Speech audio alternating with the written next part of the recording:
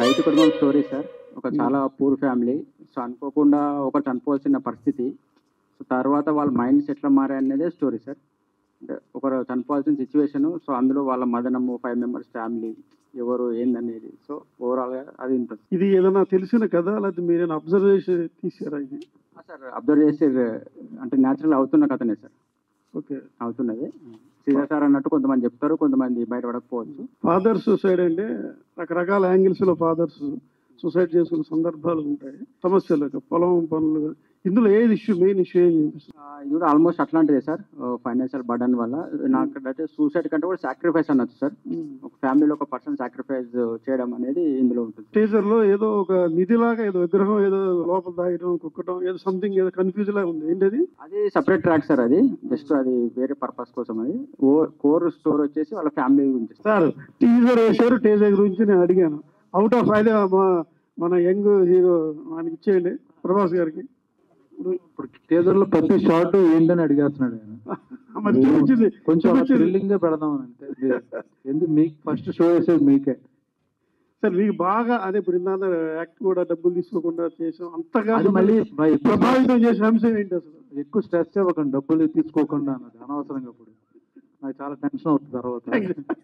లేదు, నాకు డైరెక్టర్ చెప్పిన ఐడియా చాలా బ్రిలియంట్ గా ఉంది. మన ఇంత కొత్త ఐడియా నేను ఎప్పుడు వినలా. అది డార్క్ కామెడీ, న్యాచురల్ జరిగిన కథ, ఆల్మోస్ట్ జరుగుతున్న కథ, పైగా విలేజ్ లో ప్యూర్ మట్టి, ప్యూర్ క్యారెక్టర్స్. అటువంటి సినిమా చేయాలి డెఫినెట్ గా. నాకు ఇమేజ్ కూడా మారుతుంది. మీరే అన్నారు కదా కొత్తగా ఉన్నారని.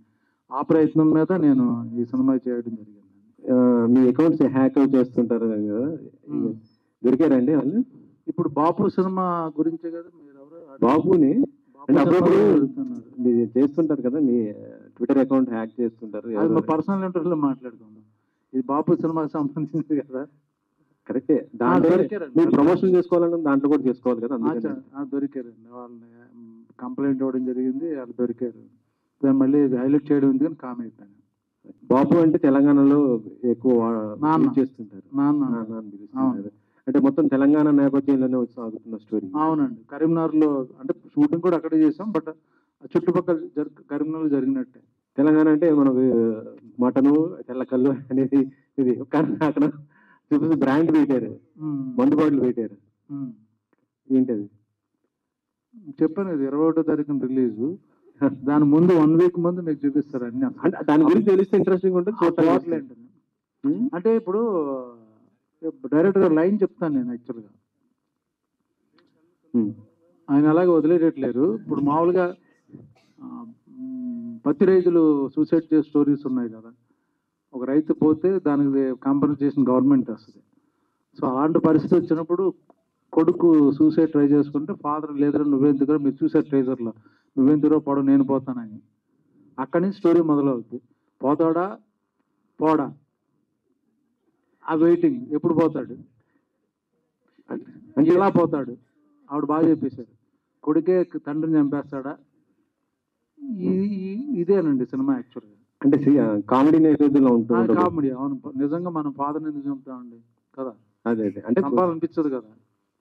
అంటే ఒక రకంగా చూస్తుంటే ఇది ఆత్మహత్యను ప్రేరేపించే విధంగా ఉంది. అంటే ఏదైనా గవర్నమెంట్ వచ్చి కాంపిటీషన్ దానికోసం అసలు సినిమా చూడకుండా మీరు ఇప్పుడు అన్నారు కదా, పచ్చిరాజు ఒకవేళ సూసైడ్ చేసుకుంటే కాదు, అక్కడే ఫన్ మోడ్ లోకి వెళ్తుందని చెప్పి సరదా నవ్వుకుంటూ అలాగా.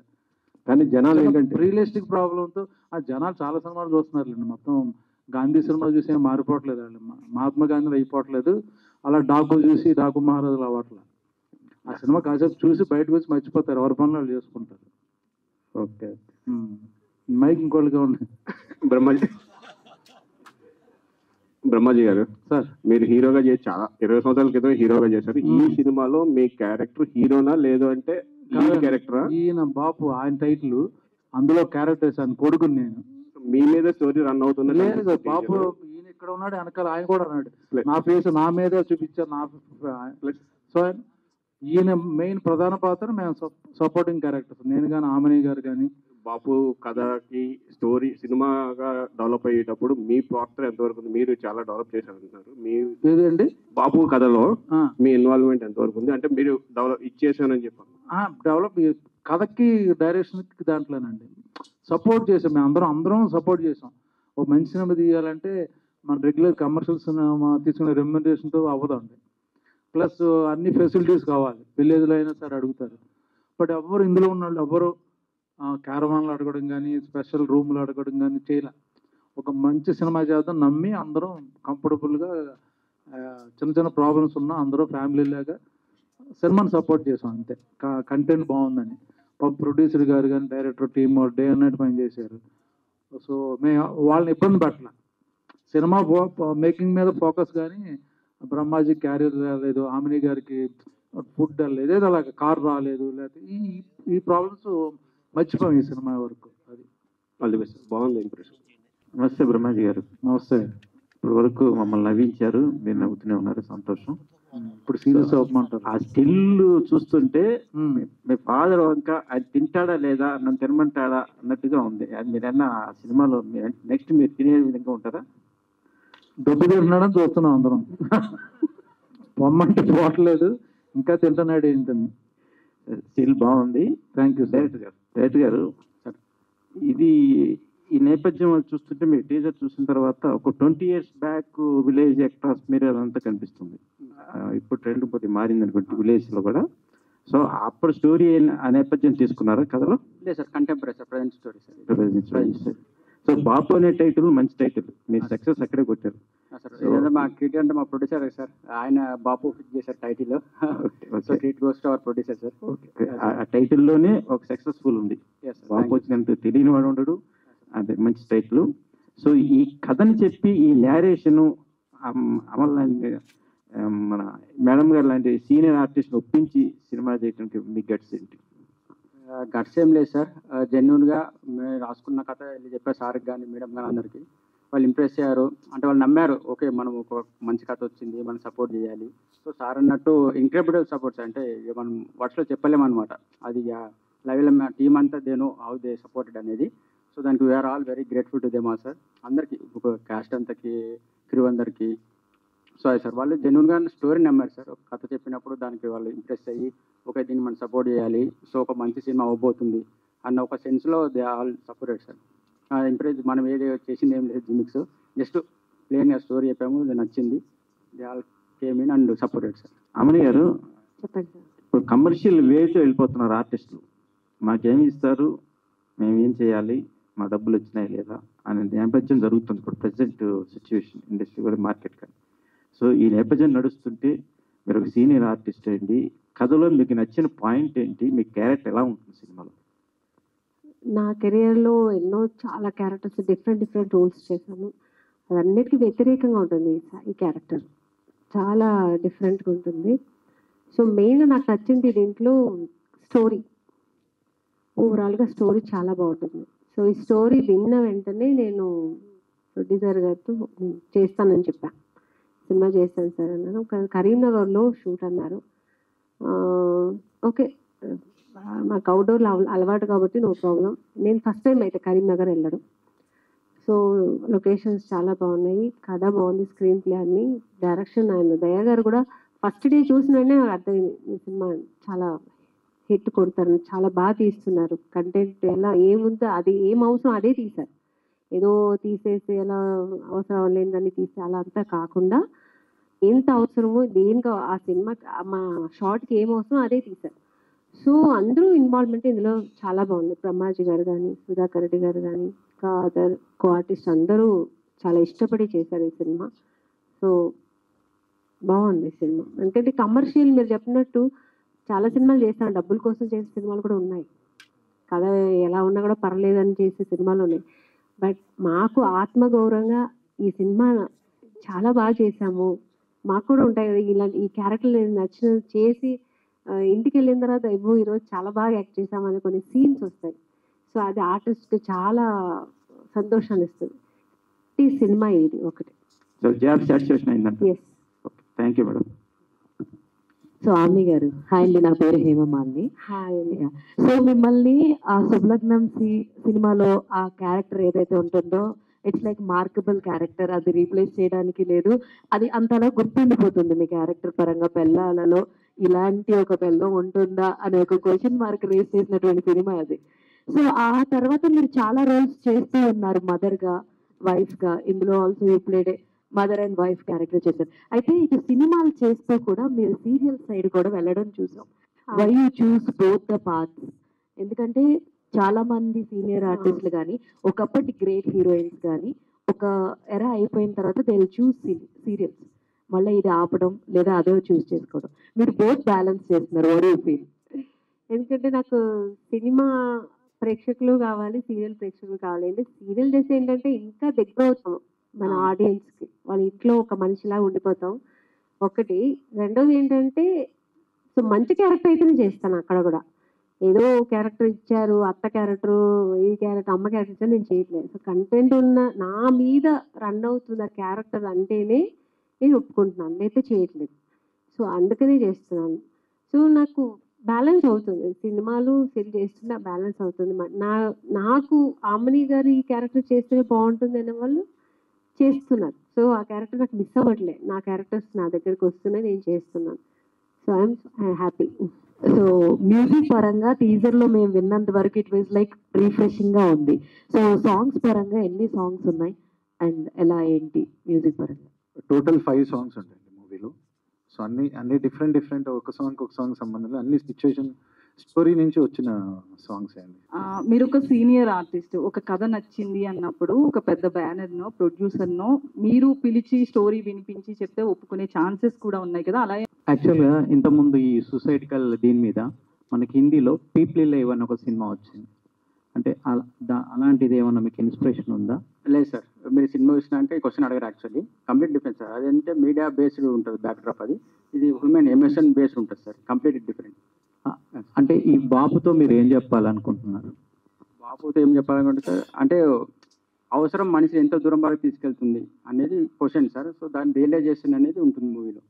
అంటే ఇంతకుముందు మనకి ఎక్కువగా ఎందుకనో అమ్మను పోర్ట్రే చేసినంతగా, అంటే అమ్మని గొప్పగా చూపించినంతగా నాన్న త్యాగాన్ని స్క్రీన్ మీద కానీ బయట కానీ చూపించలేదు అనేది ఒక చిన్న ఇది ఉందండి. అంటే నాన్న గుర్తింపు లేని వాడిగా మిగిలిపోయింది అనేది ఒకటి ఉంది. దాన్ని ఏమన్నా మీరు ఇన్స్పిరేషన్గా తీసుకున్నారా? అట్లాంటిది ఏం లేదు సార్, దాని గురించి ఏం కాదు. యాక్చువల్లీ ఈ నాన్న చనిపోతా అంటుండే కదా, ఇంకా అదే పెద్ద సాక్రిఫైస్ నాకు తెలిసి, అదే పెద్ద త్యాగము. సో దాని డిఫరెన్స్ అయితే ఏం లేదు సార్, కంప్లీట్ డిఫరెన్స్ సార్. బలగం సినిమా చేసిన తర్వాత ఎక్కువ కనిపించలేదు సార్, అంటే ఇక్కడ కొంచెం అది నేను 78 సినిమాలు చేశాను సార్ ఇప్పటికి. కనిపించేది బలగం మీకు కనుక అందులో నా పాత్ర 9 నిమిషాలు కనిపిస్తా. పైగా చచ్చిపోయిన శివ మీదనే సినిమా ఎక్కువ నడుతుంది. నా పాత్ర కాకి పాత్ర, ఆఖరికి కాకి మీద కూడా నడుతుంది కొంతసేపు. ఇలా పూర్తిగా మొదటి నుంచి చివరి దాకా కనిపిస్తాయి ఈ సినిమా. చూడండి, ఈ సినిమాలో మొదటి నుంచి చివరి దాకా మాట్లాడుతూ కనిపిస్తా. చచ్చిపోతా అంతగాని చచ్చిపోతాం. ఈ సినిమాలో కథ ఎంత ఇంపార్టెంట్, సుధాకర్ రెడ్డి గారు అంత ఇంపార్టెంట్ క్యారెక్టర్ అండి. ఆయనే మెయిన్ పిల్లర్ ఈ సినిమాలో. కరీంనగర్ మీకు ఎలా అనిపించింది సార్? అంటే అక్కడ మనుషులు, ఆ వాతావరణం చాలా బాగుంది సార్, నిజంగా చాలా వెరీ నైస్ పీపుల్. ఓహో అదా, కరీంనగర్ మొత్తం తెలంగాణ కల్లా గొప్ప ఊరండి అది. ఆ వాళ్ళు అసలు అద్భుతమైన మనుషులు. ఎప్పుడైనా సరే 1 లక్ష రూపాయలు అమ్మంటే ఇచ్చేస్తారు. ట్రై చేస్తారు, ఫ్రెండ్షిప్ ప్రారంభిస్తారు. Friendship sir. సో మాటకి ప్రారంభిస్తారు. Beautiful people and beautiful souls యాక్చువల్గా అందరూ. కరీంనగర్ కాదు, తెలంగాణ అటు వెళ్ళినా ఎక్కడ చాలా ఆప్యాయంగా చూసుకుంటారు. షూటింగ్ ఎప్పుడు ఇబ్బంది ఉండదు, అందరూ బాగా కోఆపరేట్ చేశారు. అంటే సార్ మీరు చాలా సినిమాలు, అంటే ఇప్పుడు ఉత్తరాంధ్ర నేటివిటీతో సింధూరం లాంటి సినిమా, అంటే ఏదో అలా చేశారు, ఆంధ్ర స్లాంగ్ ఇవన్నీ చేశారు కదా. ఈ నేటివిటీతో చేస్తున్నప్పుడు మీకు ఎలా అనిపించింది సార్ ఈ సినిమా? నాకు బేసికలీ ఇష్టం అండి రియలిస్టిక్ మూవీస్. మామూలు ఫస్ట్ నుంచి నాకు రెగ్యులర్ కమర్షియల్ సినిమాల్లో డబ్బులు బాగా వస్తాయి, కానీ నాకు బేసిక్ మెంటాలిటీ సింధూరం కానీ, లేకపోతే ఇప్పుడు మనకి బాపు కానీ చాలా రియల్ క్యారెక్టర్లు, రియల్ లొకేషన్స్, ఆర్ట్ ఫిల్మ్ సినిమాలు నాకు పర్సనల్గా ఇష్టం. సార్ బ్రహ్మాజీ గారు ఇక్కడ సార్ మీ ప్రొడ్యూసర్ గారి దగ్గర. ఓకే సార్, ప్రొడ్యూసర్ గారి తాలూకా? లేదు సార్. ఓకే సార్, ఒక ఈ పోస్టర్ చూస్తుంటేనే ఆయన ప్లేట్లో ఏదో విషయం పెట్టినట్టు, మీరు ఏదో ఎప్పుడెప్పుడు తింటాడా ఎప్పుడెప్పుడు పోతాడా అన్నట్టు ఉన్నది. పోస్టర్ చూస్తుంటే కొద్ది గొప్ప కొంచెం కాన్సెప్ట్ కూడా మీకు అలా అనిపిస్తుంది. సేమ్ టైం తెలంగాణ నేపథ్యం, రైతు ఆత్మహత్యలు, కుటుంబ బాంధవ్యాలు, సంబంధాలు ఆ టైప్లో ఉంది మీ టీజర్ చూస్తుంటే మొత్తం అంతా. దీంట్లో డార్క్ హ్యూమర్, డార్క్ కామెడీ ఉందన్నారు. డార్క్ కామెడీ అనేది మన తెలుగు జోన్లో కొంచెం తక్కువ. మీరు చాలా సినిమాలు చేశారు, డార్క్ కామెడీ అనేది ఒక చావు నుంచి వచ్చే కామెడీ, డార్క్ నేపథ్యం అనేది తమిళ్లో ఒకటి వచ్చినట్టు కానీ మన దగ్గర చాలా తక్కువ. అవునండి. అది మీరు ఓ సీనియర్ యాక్టర్గా ఆ సినిమా చేసేటప్పుడు కానీ సెట్స్లో కానీ ఎలా అనిపించింది? కొత్త జోనర్ కాబట్టి మన దగ్గర ఎలా అనిపించిందంటే అంటే ఆడియన్స్ పరంగా ఎలా రియాక్ట్ అవుతారన్న బాగుంటుందండి. ఎందుకంటే మీరు చెప్పిన పాయింట్లన్నీ కొత్తగా ఉన్నాయి కాబట్టి డెఫినెట్గా బాగుంటుంది సినిమా. నాకు అదే ఫీలింగ్. మీరు ఏమేమి చెప్పారో ఎగ్జాక్ట్గా మీరు రివ్యూ బాగా రాస్తున్నారు, మీకు వెంటనే కథ అంతా తెలిసిపోయింది చూడగానే. నాకు అదే ఫీలింగ్ అండి, అందుకే నాకు కూడా చేయాలనిపించింది యాక్చువల్గా. సార్, తెలంగాణ డైలాగ్ డిక్షన్ విషయంలో మీరు ఎలాంటి కేర్ తీసుకున్నారు యాక్చువల్గా? ఎందుకంటే మిగతా మీ పక్కన ఉన్న వారు మిగతా ఇంతకుముందు అడిగినట్టు అవును సార్, చాలా అథెంటిక్గా మాట్లాడతారు మీరు కొంచెం ఎంతగా. బట్ ఇక్కడే ఉంటున్నాం కాబట్టి ఆల్మోస్ట్ నేను తెలంగాణ వాడిని. చెప్పాను కదా, డైరెక్టర్ గారు శ్రద్ధ తీసుకుని డబ్బింగ్ విషయంలో మటు కొంచెం ఆయన సపోర్ట్ చేశారు. మిగతా నేను మాట్లాడుతుంటాను షూటింగ్లో కూడా. ఇప్పుడు ఈయనతో ఎక్కువ మాట్లాడుతుంటే ఆటోమేటిక్గా వచ్చేస్తుంది. సార్, ఇదేమన్నా సోషల్ సెటర్ అండి ఇదండి మూవీ అని? సోషల్ సెటరికల్ అంటే ఆల్మోస్ట్ సార్ అట్లనే ఉంటుంది. అబిత, హాయ్. ఇది మీ first మూవీయా? In Telugu, yes. In Telugu, yes. So how is working with these people? ఎలా అనిపించింది? How is the story? మీకు ఫస్ట్ స్టోరీ చెప్పగానే what was your opinion on the story? Mine is a separate track from Yes. the original core story, but it also impacts the core. That's why I thought it's really interesting to debut with this movie. It's a great team to be a part of. Yeah. All the best and money. So మేము famous ద్వారా friends లో ఒక మంచి emotion చూపించారు. So ఇందులో మీ character ఎలా ఉండబోతుంది? నా రోల్ వచ్చి ఇప్పుడు బ్రహ్మాజీ సార్కి సుధాకర్ గారు బాబు, నాకు బ్రహ్మాజీ గారు బాబు. అంటే చూడడానికి బ్రదర్స్ లాగా కనబడ్డ బాబు నాకు ఆయన. సో వాళ్ళ సన్ అండి. బేసిక్గా ఈ ఫైవ్ మెంబర్స్ ఫ్యామిలీ మీద రన్ అయ్యే డ్రామా పర్ఫెక్ట్గా సెట్ అవుతారని మీకు ఎందుకు అనిపించింది? ఎందుకంటే సార్ యాక్చువల్లీ మా ఫ్రెండ్ విహాన్ అని ఒక హ్యాంగ్ మ్యాన్ అని ఒక చిన్న చేసేసారు ఇండిపెండెంట్ మూవీ. సో దాని స్క్రీన్కి వెళ్ళినప్పుడు సార్ని చూశాను. సో ఆయన కంప్లీట్ డిఫరెంట్ ఉన్నాడు సార్. అంటే సింధూరం తర్వాత మళ్ళీ హ్యాంగ్ మ్యాన్ చూసినప్పుడు కంప్లీట్లీ డిఫరెంట్ అనిపించింది. సో అక్కడ చూసి సార్ అయితే బెటర్ ఏమో అనిపించి అక్కడ నుంచి జర్నీ అవ్వడం జరిగింది సార్ సార్తో. ఎట్లా పెంచారు సార్? అంటే రెమ్యునేషన్ పరంగా కానీ ఇలాంటి క్యారెక్టర్ పరంగా కానీ ఎట్లా పెంచారు? ఆయన సూపర్ సార్. యాక్చువల్లీ మనతో ఎట్లా ఉన్నారో సెట్లో అట్లనే ఉంటారు. వర్క్ కూడా అంతే. ఇప్పుడు నైట్ మేము 4 o'clock నైట్ స్టార్ట్ అయిపోయింది అనుకోండి, ప్యాకప్ చెప్పాము అనుకోండి, సార్ ఎర్లీ మార్నింగ్ మళ్ళీ 6 o'clock సన్ రైజ్ స్టార్ట్ ఉందంటే అబ్బా 6 o'clock సరే ఓకే 6 ఓకేనా అనేస్తారు. 6 సారీ సార్ అయితే. సో అంత కోఆపరేటివ్ సార్. బేసిక్గా సార్కి స్టోరీ నచ్చి సో ఓన్ చేసుకొని చేయడం జరిగింది సార్. ఇందాక ఫాదర్ని ఎవరన్నా చంపుతారా అన్న పాయింట్ ఒకటి అన్నారు కదా. యాక్చువల్గా టీజర్లో చూసుకుంటే దిండు పెట్టి నొక్కుతున్న సీన్ ఒకటి కనిపించింది. ఎవరు నొక్కానో చూపించలేదు కదా. కరెక్ట్ దిండు పెట్టి నొక్కాను. ఎవరిని? మీరు డెఫినెట్ డైరెక్టర్ అవుతారు, మంచి స్క్రీన్ ప్లే రైటర్ అవుతారు కదా.